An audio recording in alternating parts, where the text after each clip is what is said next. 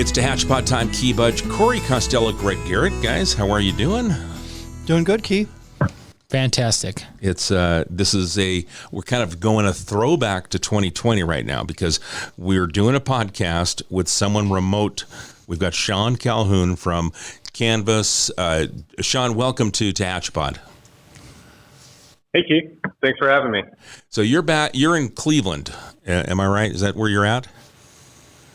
That's right. I'm in Rocky River, Ohio, maybe 10 miles west of downtown. Okay. Downtown Cleveland. And for us in California, Ohio's all Cleveland anyway, so we don't know the difference. Yeah. So I appreciate the clarity, but, it's What Cleveland. about Cincinnati? Yeah, that's Kentucky. Dayton. I mean, come on. I've been to Dayton. I have been to Dayton. Yeah, that's why I'm saying Ohio is We don't is want Cleveland. to offend anybody. It's all good. They all think we live on the beach, across from Yes, a movie true. star. We do. So we got to dispel that rumor. That's right. And Sean and I have talked about that over the past year, about California and our weather. And then because we're in the mountains and I'll tell him we've got snow right now. He's like, hold on, you're not supposed to have snow in California. Yeah. But we Well, do. your definition of snow is much different than ours. It probably I'll tell you is. that right now. Yes, I have been to Cincinnati in the wintertime, and that kind of stick around forever snow and grayness definitely has a little impact on you. That's for sure. You definitely have it worse than we do at that time. That's for sure. Oh, yeah. But It's a whole thing from probably November to May. Wow. We have it there. But oh my goodness. It's tough to deal with, I'm telling you. I was only there for like 3 days. I'm enough of this. Okay. yeah.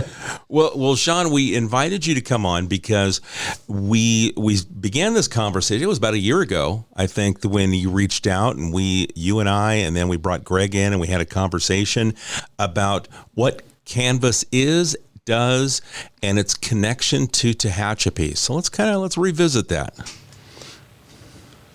Yeah.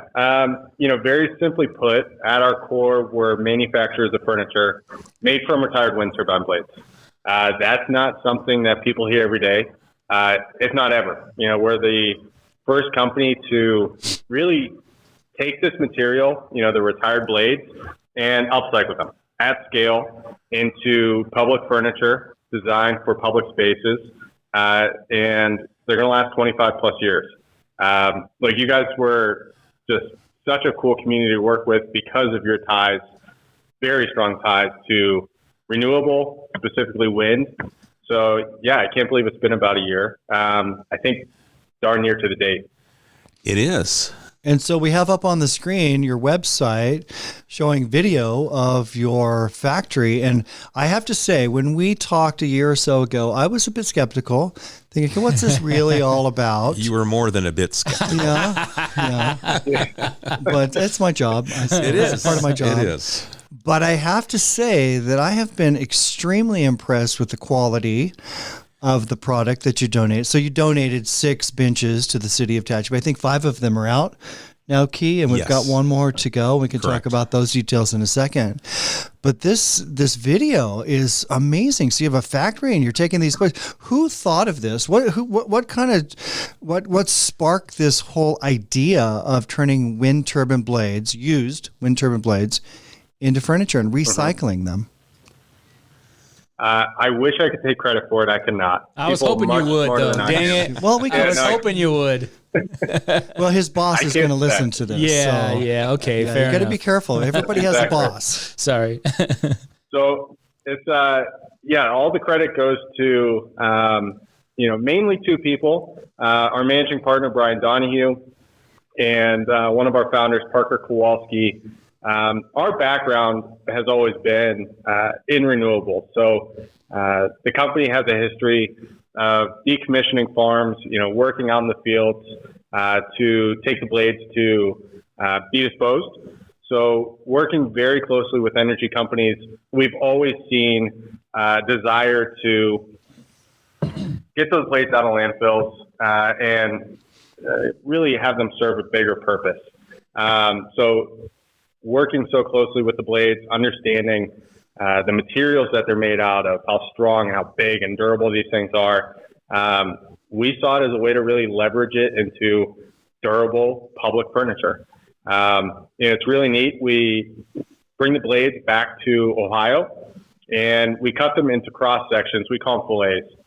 So we really use that natural strength and shape of the blade to create these really epic, really unique products. And, the material that these blades are made out of, it's not like plastic. You can't melt them down and reshape them, reform them. So you have to work with the shape of the blade. That's why these products look so extraordinary and so different than traditional park benches. But yeah, Brian and Parker, they are incredibly creative people. Really taking a look at the blade, thinking, okay, how can we do something with this? And once they landed on public furniture, they probably went through close to 150 designs, product designs. Brian might tell you maybe a couple of them on bar napkins, a couple of them scribbled down in notebooks, and we landed on 9, and that's where we're at now. Yeah, it's not just a blade that's cut up. It's a blade that's cut and shaped, and it's a piece of art, really. It's amazing. You must have somebody on staff that is really thinking outside the box, if you will, when it comes to the artistic flair that you're adding to these benches and this equipment. Yeah, our design team is incredible. They really are. And I'm glad that you said art. That's really how we define it. It's functional art. It's art that you can sit at and eat at and gather around. If you take the product in and of itself, like what you guys have now, just a solid color in Tehachapi, there's still very much so an artistic look to it. And then we take it a step further by engaging local art community, artists around the country through our Primed and Ready program. So that's where we bring in artists, they paint on the benches, and it becomes public art to put out in community spaces. Yeah, I noticed that on some of the videos, seeing, we've kept them the color they came to us from you all, but I see some of the paintings that folks have done and made it a public art piece, and that's a really cool idea. I didn't even really think about it, and obviously, like you said, you've got to prime them a little differently so they can be painted on. But that's just another cool addition to what is already a cool product, but to have that sort of artistic touch added is pretty special. Yeah, it's something so much beyond just, taking it at face value as a place to, sit down and take a break. We never take half measures. We talked key initially when we first introduced the idea, hey, we could have went to Home Depot and pulled 2x4s off for the seat tops. We didn't want to take a half measure there, so we used other recycled materials. Same thing goes with the art. We could have absolutely just made benches made from wind blades at scale and say, wow, job well done. Guys, we did it. But again, we didn't want to do that. We wanted to keep going, keep pushing the boundaries. So that's where we introduced PAR. And then we took it a step further and brought in these QR plaques where we could tell stories. But the PAR artists themselves, the folks who have come into Avon, the folks where we engage local artists, it's incredible to see what you're talking to somebody very artistically challenged. I keep asking time and time again if I can paint on a bench. They will not let me do it because they know it's going to be 6 figures. But they would never let me paint. The people who come in, I keep asking.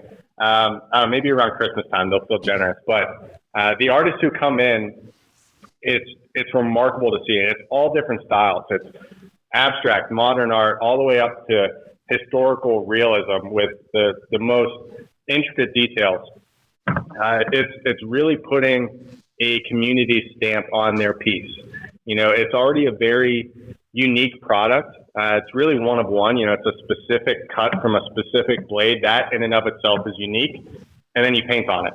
And you paint the town's history or, something that's inspiring to that artist.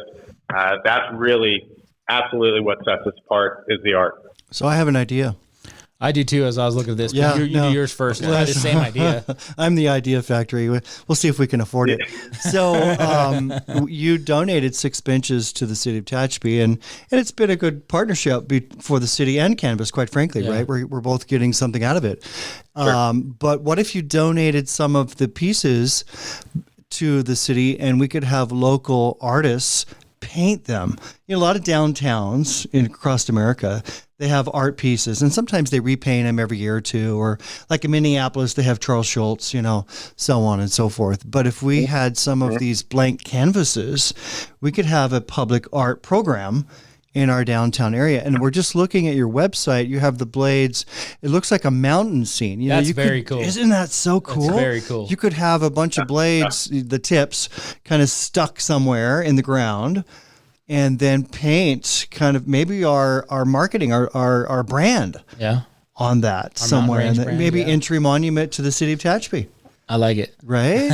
I mean, we could go on and on and on. So go ahead and put a bunch of those on a truck. Send them to us. I think he wants you to pay for the next And group. then we can do another podcast in a year and talk about the success. How's that sound? Hey, that sounds okay to me. I'm going to have to run that one upstairs. Remember, they don't even let Sean paint on this. But as you referenced before, the fact of the matter is Tehachapi is the center of the universe for renewables. Yeah. The wind industry started in Tehachapi in the early 1980s. And then the solar industry, of course, we're not talking about it here, but when you talk about renewables and wind specifically, this is the center of the universe, and Tehachapi area produces the most wind energy in the entire United States. And people come here to look at the turbines. They are impressive. They're so much bigger than you would ever realize. Yeah. And they pump a lot of money into especially when you see the benches and the furniture made, you really understand the scale. Because, of course, now what we have on our hills, those are much larger than the original turbines that were up years ago and that sort of thing. But when you actually see them broken down into a bench, you're like, this thing is mad. You don't realize how big it is until you're sitting inside of it, basically. And I feel like that you have created a lot more opportunities. The 6 that we have received a year ago, really nice products, but I'm looking at the screen here and I'm seeing some really neat stuff. Oh yeah, this is like Sean said, one of a kind. It's beautiful, and it can be customized. Our original idea was to do it as the public art and have 6 public art pieces originally. And then because we had the other mural projects and the street box project, we were going to merge them in together. But we ended up moving away from that because it was, kind of wrangling cats for the artists at the time, a year ago. But that was the original idea. And then we thought we'd go with the color palette that we did. And that's what Sean was able to send out to us. Yeah. I've got to tell you the story, Sean. You'll love it. Because we took the big, I don't know what you call the tall one, the tall lift. Yes. The teardrop. I'm sure the teardrop. There you go. The willow. There it is. Okay. Oh, they're all named. Yeah. I assume they were. Of course they are. Yeah, of course they are. But, and so we took that and we put that at our new pickleball. And this past Friday, a 7-year-old, and he played a few, and then he went and sat on the bench and stretched his legs out, and he looked at me and he goes, "This is the life." He loved it. Like, it was so great. It was shaded, and this is the life. So yeah, but the we'll have to throw that on the website. Yeah, please do. Please do. This is the life. You this could is name the life. Piece of art. This is the life. Yeah, You have to take a picture and get Silas back out there and do that, because Sean has used some of our press that we've sent them on the website that we'll probably. But I would encourage the listeners, go to Canvus website. This is amazing. The quality and the artistic flair. It's very extraordinary. Picnic set's pretty cool too. That's a cool picnic set. That's awesome. And we've used we've had and been, those have all been dedicated. This is really awesome stuff. Yeah, the website's GoCanvus. That's CANVUS.com. And there's several different sections you can click on, and they're public. So that's pretty impressive. Your community is going to see. I interrupted you. Yeah, sorry. I think your community is HB. You guys, I think, is the brother of the MIA soldier. who's out in front of the Legion. Yes. Yes. Sitting there with representatives from the American Legion, Mitchell. dedicated to his brother. I mean, the work they put in to make this installation so cool and past that so meaningful and thoughtful. It's very appreciated over here, but it's just awesome to see. You guys have done such a good job with it. Well, we took it very serious. We have not just thrown these out onto the city streets. Key and I and Corey, we talk about with our public works, where's the best spot? Yeah. It's got the look and the feel, and how's it going to be, excuse me, accepted and this and that. We've actually put 2 in front of our American Legion recently. And then, of course, Corey mentioned at the new pickleball courts, we have one. We have our visitor center. It's Freedom Plaza. We placed one there also. The Chamber of Commerce is actually working with the one of the wind companies. They're going to sponsor the concrete pad. So once the concrete pad is laid in front of the Chamber of Commerce facility office here on the main boulevard, we're going to be installing that bench. And then we have one left. And so what I would like to also propose is that every time you guys create a new design, just go ahead and send it to us. And then we'll figure out where to place it, because I'm really liking this Deborah Grand swing. The swing looks awesome. I think that's pretty cool. Yeah. Oh, the swing is sweet. Yeah, so we'll just go ahead. Me and T have been talking about. Yeah, go ahead. Sorry. I was going to say like once a month, the month club, where you get something, It's like the jelly of the month club. Yeah, and we'll put it exactly where it needs to be, and we'll take all the pictures you need, and we'll sign it off, and you can use it on your marketing. It'd be great. Hey, I like it. I have one suggestion. He and I have been talking about this for months. Put it up on the overlook over Tehachapi Loop. I mean, I can't think of a better place to sit down. I think that'd be great. Wonder which one would be best and make that an art piece to where maybe a muralist does like a train themed art. Yes, like a really cool train theme. People come from all over the world to see the Tehachapi Loop and our depot downtown. I took Woodford Tehachapi Road last weekend down into Bakersfield just because we'll take the scenic route. We're not in a hurry. Went down, and there were probably 15, 20 people standing on the platform waiting. Some had lawn chairs out, waiting for a train to come. And this was, Saturday or Sunday morning, actually. They were just waiting, hanging out. So, yeah, there's plenty of visitors. I think we need a bench that has a high volume, right? It can seat a lot of people. Yeah. Well, here's my thought real quick. And then, Sean, this is real. Where the loop is and what they're talking about, international exposure. Yes, you would get international exposure for your products if we put the right piece there. Or pieces, quite frankly. Go Canvus. So your Canvus would be exposed at a global, because people do come to look at that engineering marvel. I guess it's one of the engineering marvels of the world. It's considered. Literally, yeah. And we do get international travel just to sit there and watch a train cross over the top of itself at the loop. So. And then there's a bunch of webcams. There's some webcams at the Loop and at the depot. I don't know if you get one of the benches, you'd see it in the webcam. That'd be even cooler. That would be cool. Yeah, I don't see. It sounds like a good place for you gotta get a swing over there. Yeah, that'd be really cool. Yeah, sure. I would tell you, we put the Gus bench at the Legion. That was the first one where we honored it to our MIA naval aviator, and it was funny. Listening to some of the veterans look at it and trying to take it in the first time when we unveiled it, it looks like a submarine. It looks like a submarine coming out of the water.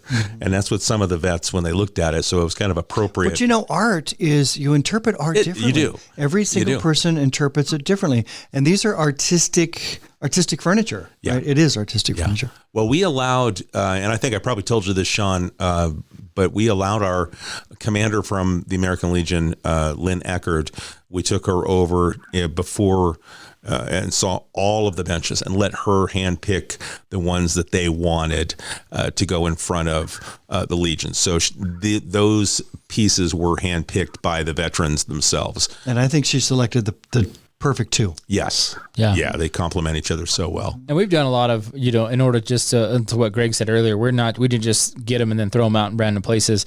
Well, obviously we thought we actually were kind of there was an old tree in one spot that the Legion had cut down because Right. it was dying. And then they had a really couple weird spots of grass and that sort of thing. And so, we took that out and made it concrete, which really opened up that entire plaza area in front of the Legion Hall. And both benches are now on those different concrete spots. And so there's been some improvements going along with them as well, just to make sure that the benches have a cool place to sit. And, it's really a functional space now where you can actually gather. And it's been great to see not only the benches impact, but then the impact of the improvements that have gone around them as well. Every single story that I've heard from Key of the benches has really helpful. Greg, you mentioned the pickleball court. I think it was Greg. You mentioned the pickleball court. Understanding the background. Right outside of the police department. Great place for the community to come and kind of just relax and hit the ball back and forth. Key, I know you're a big pickleball guy. I have not dipped my toe into the pool yet, but a thoughtful place to put it. The visitor center, Freedom Plaza, again, giving back to the people who serve the country is always something that's we love stories. That's why we have all of those with the QR profile. So, underneath the plaque at the least awesome looking like plaque. And then right above we have with the QR code. Go deeper into the story a person was and why did Hatch be, and same goes for other products. That willow that's out in front of the pickleball. Sharing the story of how that got there. Put that pickleball. It's just a really cool way to connect with in a really creative and new age way. Yeah, nowadays almost everybody is thinking about the environment in some way. And so, reusing these blades, recycling them, keeping them out of, well, first off, they're providing clean energy, but secondarily, keeping the used blades out of the landfills, that's a good thing. And so you've probably thought of this already, but, the League of California Cities, the National League of Cities, cities and counties, we buy a lot of public benches and, picnic tables and those sorts of things. So marketing those groups, and because I think cities minding like that, a brand new bench, doesn't have any, so you can win at it at this. So, yeah. And for us too, it's a cool circle of life situation, and full circle moment, so to speak, with these blades. I mean, you can sit on some of these benches and see the turbines that are still on doing their thing. And so it's a really cool kind of full circle. I mean, like Greg said, early 1980s, some crazy guy with a pickup truck thought, I'm going to put these turbines up and generate power, and all of a sudden it's turned into a giant industry. So it's a very cool full circle situation for us to be a part of. Yeah, look, California is synonymous with wind, especially where you guys are at, and it's no surprise that we're in over. Last I saw, we're in over 70 communities. Quite a bit of those are California communities. That's no surprise at all. Just understanding the environmental stewardship and everything that goes into it. We've been very successful in California. Going back a little bit what you said there, we have a new initiative that we're rolling out, and it really takes that sustainability, environmental stewardship to the next level. So, Greg, I know you have a background in wind. So just for everybody listening out there, the blade is constructed in a way that it starts as a circle, and then it really starts to kind of thin out as you get closer to the tip. But the part that connects to the hub, that's what we call the root end of the blade. And the root end of the blade, in some cases, can be as thick as like 5 inches of fiberglass. It is nearly indestructible. There's a reason why California no longer lets blades be landfilled, because they just don't break down. They don't compact. So when these energy companies dispose of their blades, they can cut them in the field and they leave the roots. The roots will inevitably go to a landfill, and the remaining portion will be recycled in some way, shape, or form, most often called co-processing, which we can dive into that if you want to. But the roots are very, very valuable to us, because It's the most structurally sound part of the blade. It's the thickest, it's the most durable, and there's no alternative other than Canvus for responsible disposal. So we bring them back and we turn those into products, effectively taking every single root, keeping them out of landfills. That's a huge, huge part of what we do. That's something that we're going to be really heavily focusing on, working with communities. We call it the root cause. It's something that we're very passionate about, keeping as many roots of blades out of landfills as we can. I think that's something California is going to be all about, communities up and down the state. Mm-hmm. Now, out of curiosity, so the blades, once they're recycled, what's their lifespan as a working blade before it becomes obsolete? How long has this been out in the field, Sean? It's a good question. Blades will typically last spinning around for somewhere around 25 years.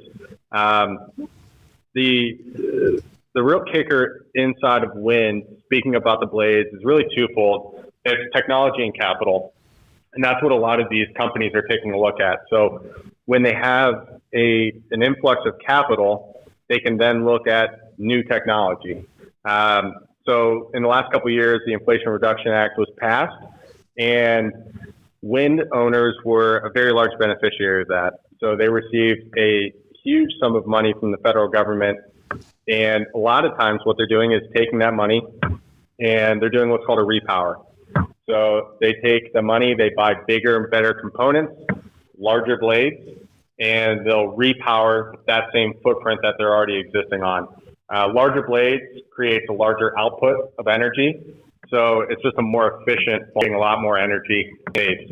So typically, although blades can last 25 years, a lot of times they're coming down somewhere between 10 and 15 just because of those repowers. And you've seen that up on our hill, our ridge line key a couple times, actually. Yeah. They continue to get bigger and bigger, more efficient, producing more power, on and on. They move sometimes with the wind now. Mm-hmm. It used to be if the wind wasn't blowing a certain direction, the turbines didn't spin. But now they can move into the wind and capture more wind if it shifts direction. Yep. It's all about technology. And then, Sean, didn't you mention that during this process, you guys found like special blades in Germany to be able to cut where it's been so difficult in the past? Yeah, I mean, the new technology of blades have, increased greatly in size. So typically, onshore blades, I'm sure a lot of the ones that you guys see, they're, about 150 feet long. We say two of them, tip to tip, is about the size of the football field. Now with the new technology, you're seeing a lot of movement to offshore wind, predominantly on the East Coast. There's a big, huge offshore wind farm going up near Martha's Vineyard. And I'm hearing that the West Coast may be seeing some popping up here and there. Those offshore blades are absolute behemoths. Those are 300 feet long in some cases. So, we're always looking at different blades. And of course, each manufacturer, their blades are a little bit different. So you might notice if you have two of the same product, their attach fee, the specs might be just a little bit off because they're coming from blades or different sections of the same blade. So every one of our products is a little bit different. We're always, bringing in new blades, seeing, okay, if we take this blade and we cut it using this cut strategy, what does that look like? So yeah, it's always something that we're looking at, bringing in new blades and test it out. Now you talked about the size of the blades, and we're seeing the video on your website. How big is your facility there in Ohio? Because that place looks massive. How many square feet are you guys working with in order to get these things in, processed, and then repurposed? Yeah. So the entire facility is 110,000 square feet. Okay. It is large. Yeah. Now, when you're dealing with materials like wind blades that, like we just said, are 150 feet, you have to have a large facility to make that happen. So of that 110,000 square feet, 100,000 is dedicated to manufacturing. And then we have a 10,000 square foot showroom, which is like Willy Wonka's chocolate factory. You come in and it looks like an ordinary manufacturing facility. We walk you through some of the office space, and there's barn doors that will slide through, and you walk through a wind blade. It's like a tunnel made from a wind blade. And then the music's cranking, the lights are on. You have every single product that we have, but the facility is just magnificent. The first one really at scale on planet Earth. And more credit to Ryan and Parker for what you can just Google, how to build into benches. Every meticulously combed through and say, okay, this is what we want to do. Forward automation, where you just send everything down to the assembly line. Again, every blade's using that, the entire 100 feet. It's really, really cool to see everything come together. Walking through when the machines are fired up, cutting those blades, and then taking it all the way through to the paint booth. It's awesome. Now, with the items that we received, I know that the person or the company that basically paid to have them shipped out here to us here in Tehachapi, they want to remain anonymous. Can you talk about any of your co-sponsors that you have along with this project? Yeah. We've been very, very fortunate to work with really incredible donors. The vast majority of our corporate sponsors are energy companies because they realize that, disposing of the blades is not easy. They want to reduce the blade waste issue. So working with those energy companies to come through and give back to other communities has been really cool to see. So, we work with, predominantly energy companies, but we've seen organizations who don't really have a ton tied into wind. Working with Chevrolet, Milwaukee Tools, WW Granger, different organizations who just want to give back. In your case, you're exactly right. The benches are donated from the renewable energy industry. So that's another cool thing. It's not always about the recognition. It's just doing the right thing, giving back to a community and solving a problem in the process. Keeping those blades out of landfill, making sure they're recycled responsibly, and in this case, upcycled. Well, we've put them to good use in the city of Tehachapi. So thank you once again for the donation and the people behind the scenes and everybody that has worked on this project, from start to finish. We really appreciate it. Yeah, we've loved working with you guys. And the community really has been embracing. When I see them being used, particularly because I spend more time at the pickleball courts, I think as Sean had mentioned, even in Ohio, they know I like pickleball. That's the bench. When the first players arrive at the pickleball facility, they go put their bag down near the willow.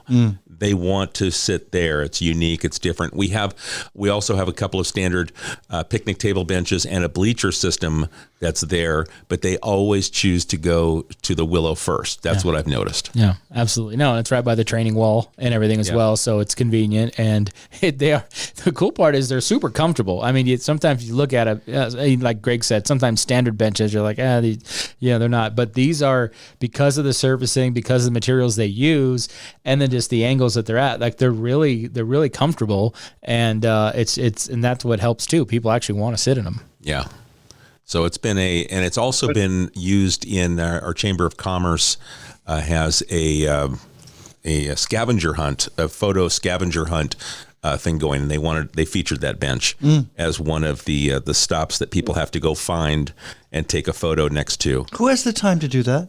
I don't know. No, not me. There's no way I could do that. I live in a different world, I guess. I was going to ask you if I could have a day off no, next week. It's not allowed. No. We're going to go scavenge. All right. What are you doing this weekend? I need to work. Yeah, I'm on a scavenger hunt. That's what I'm doing. Pickleball, one of the two. Yeah.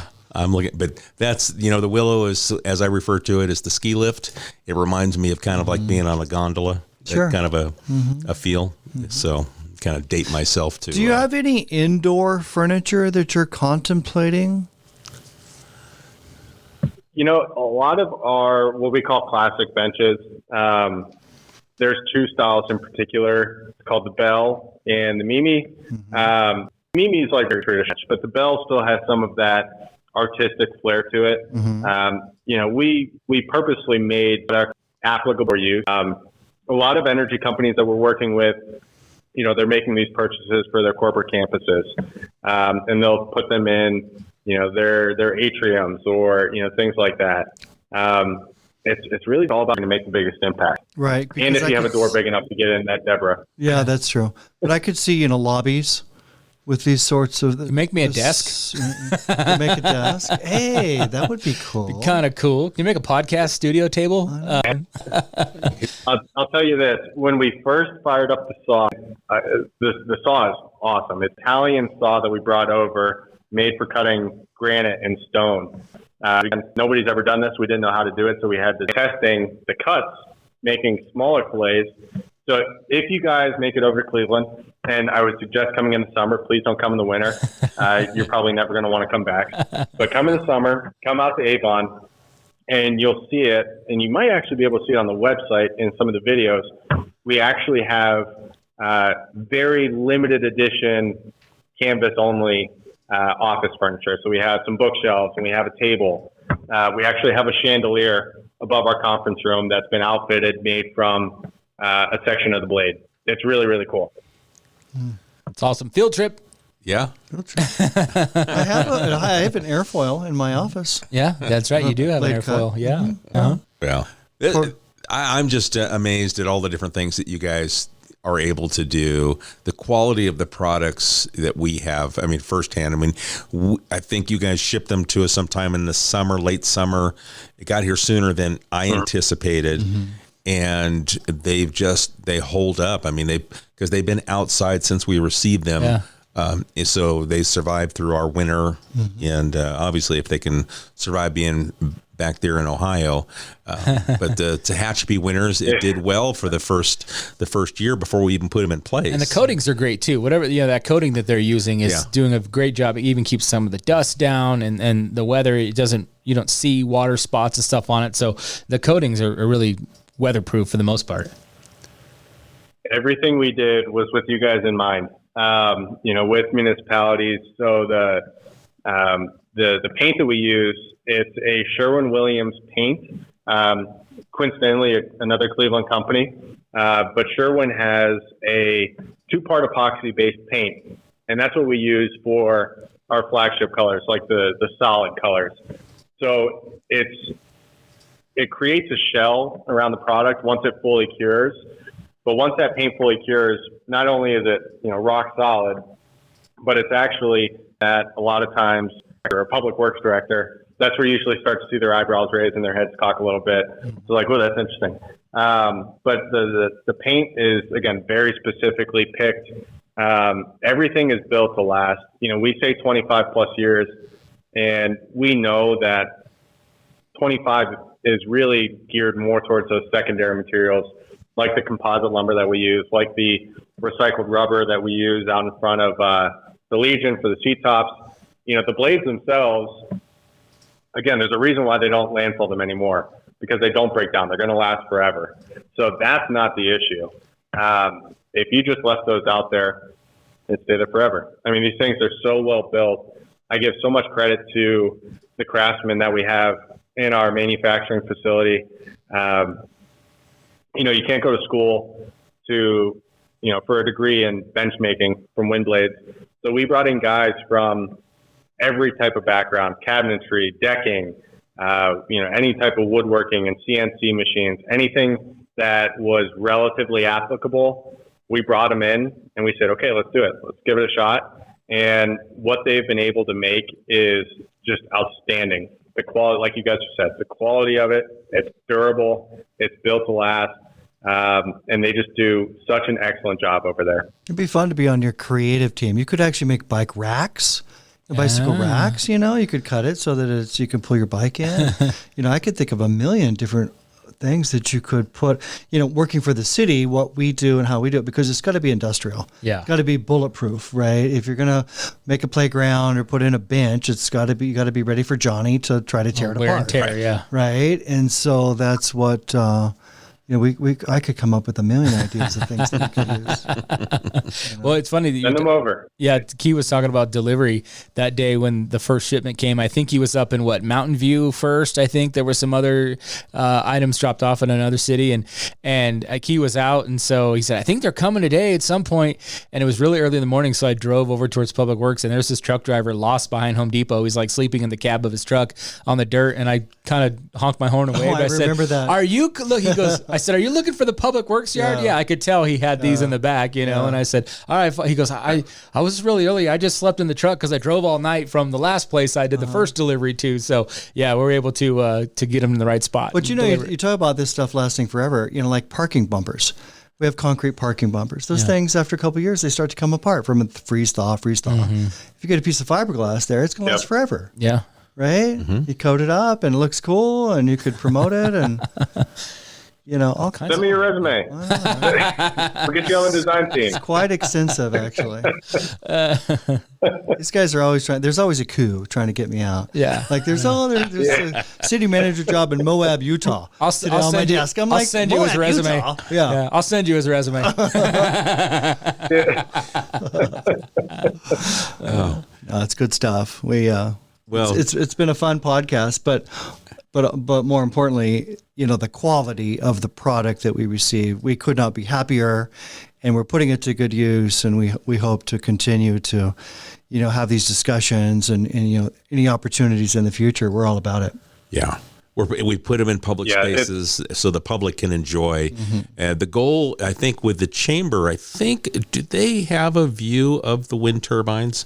That you can probably see a couple. The big, massive ones now. I'm sure you can probably there's a view of some of them. Absolutely. I think that's one of the reasons why we kind of thought the chamber would be a good fit for one of these pieces. You could put some along the bike path. The one that we just fenced. Yeah. Downtown. That would be kind of cool. Mm-hmm. Yep. Take a little break. It sounds like there's more plans, and like I can tell you from over here, we love it. Like we have really, really enjoyed working with everybody over there. Keith, you nailed it, man. It's about the community and putting them in places where your community members will enjoy them to the fullest. That's what we think about every day. When we talk to communities, and guys, we talk to thousands of communities.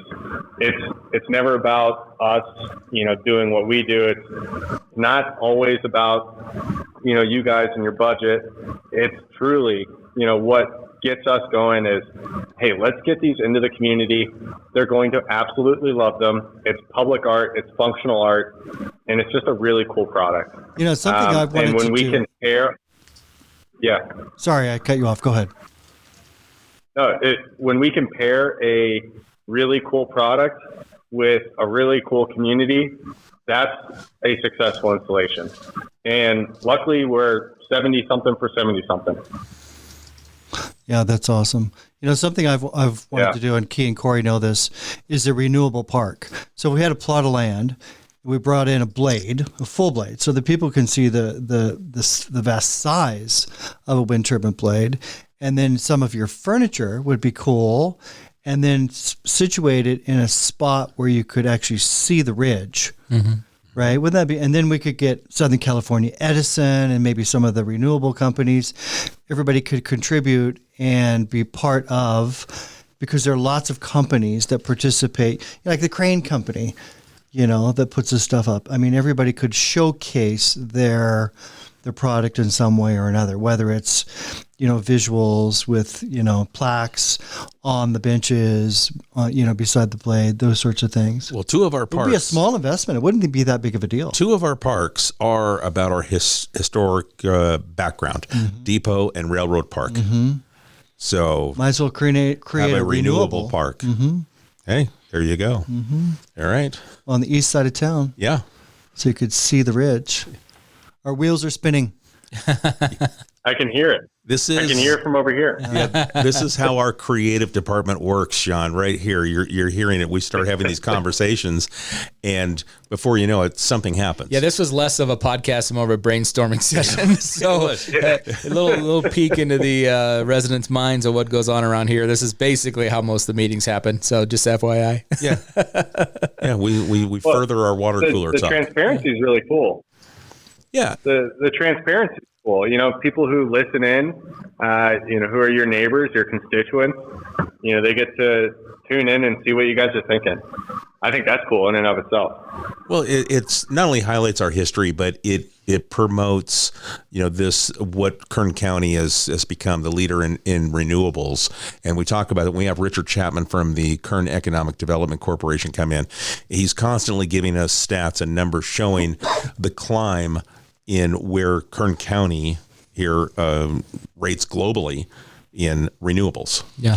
Right. I mean, we started as an oil and gas county, and then we've blossomed into so many other opportunities, whether it's, aviation, aerospace, or renewables, or ag, all of that. And Taft, the city of Taft, they have an oil park with an old recreation of a derrick. Yeah, a nice monument of drilling in the derrick. Yeah, and we could have a renewable park of our own. All right.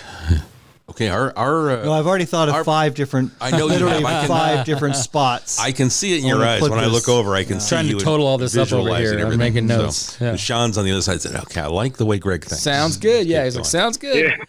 You give me a call. You got my number. Well, Sean, is there anything? Hey, I'm just glad I won you over. I'm just glad I won you over a year ago.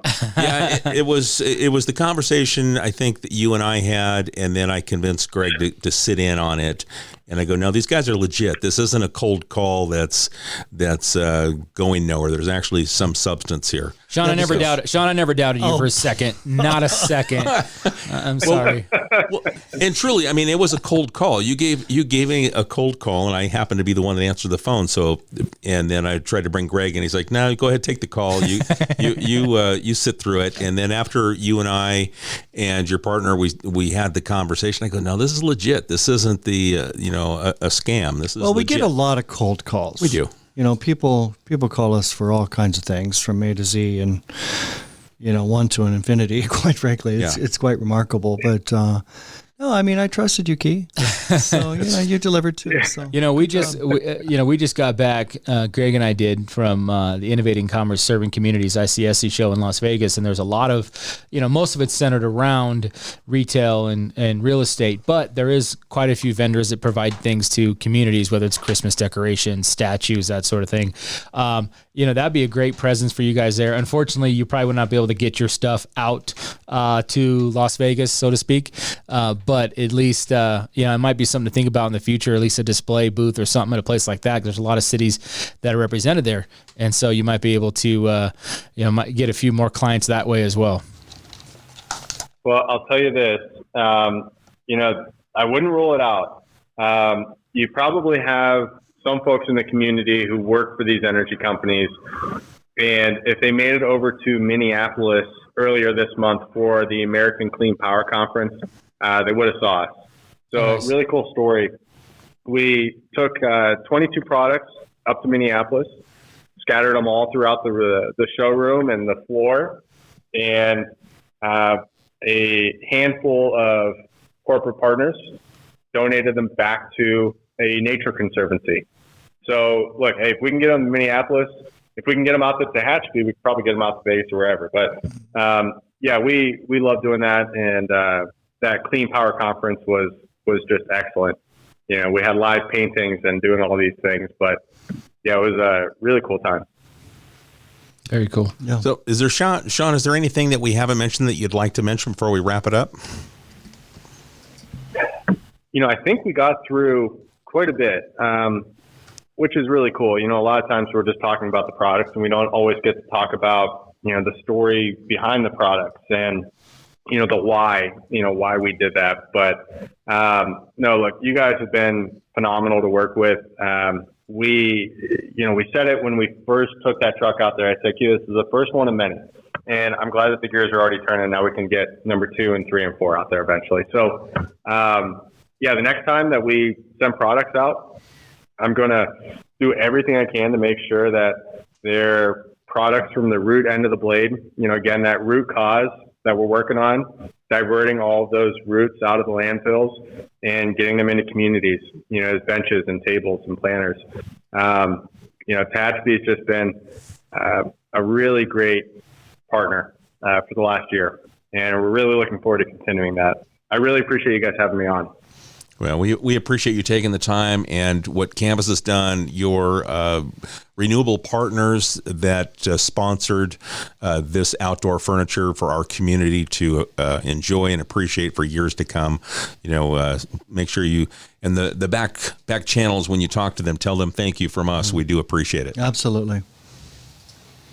Absolutely will. All right. Guys, anything in closing? I think we're good. Thank you very much, sir. Appreciate your time. Thank you. Sean Calhoun with Canvus. It's gocanvus.com if you want to take a look at the products that we've been talking about, what has been delivered and is in place here in Tehachapi. Check our social medias at City of Tehachapi, and you can see even more. Look for that little QR code on these unique outdoor pieces of furniture. Slip on it, and then you'll get to see a story. We've got the American Legion on 1 or 2. We've got to update a couple of QR codes with more stories, but it's been a nice little product that we put in place that ties back in with our history. So, Sean, thanks again. We appreciate the time. Thank you, everyone. It's great talking to you. All right, folks, we appreciate the time you spend with us here at Tehachapod. If there's a thought or a question based on today's conversation, something for Sean, send it to us at media@tehachapicityhall.com. We'll send it to him. If it's a question for Corey Gregor or myself, again, media@tehachapicityhall.com. We appreciate all the time that you spend with us, and we'll catch you again soon right here on Tehachapod.